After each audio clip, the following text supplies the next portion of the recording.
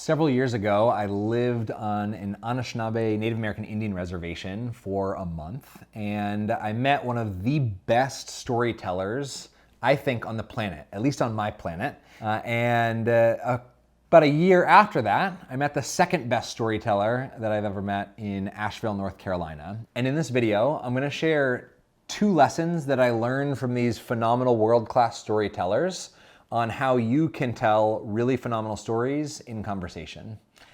I don't like fluff unless it's on a sandwich. Let's get into it.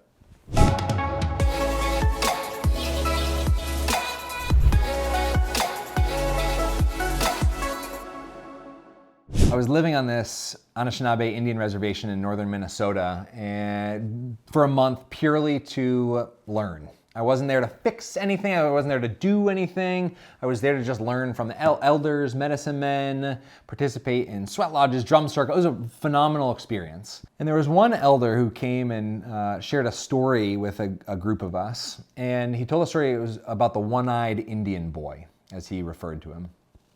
And the one-eyed Indian boy had lost an eye. And all growing up, this boy had been picked on and bullied and bullied and bullied. And for about 25 minutes, he told us a story of intense hardship for this kid. It wasn't until the very, very end of the story that this elder took off his glasses and tapped his right eye. He had a glass eye and he was the one-eyed Indian boy. You didn't know that for the entire time he was telling the story. And at the end, he had this really phenomenal reveal, and it gave us chills, right, being there. And the lesson that I learned from him is also something that I think Nancy Duarte shares in her TED Talk on the structure of great storytelling. She talks about this pattern or the structure that really great storytellers describe the world as it is, and then bump up to as it could be, and then as it is, and as it could be, and as it is, and as it could be. And I think in that story, he edited that a little bit, and he described the world as it was, and then in the past, and then dropped up to the present. In terms of the structure of great storytelling, I think you can also talk about what it was and what it could be, or what it was and what it is currently. And so he shared this story of hardship, but it ended with this phenomenal story of hope. And if you want to be a really great storyteller in conversation, I would think about that pattern or that cadence that you're oscillating between.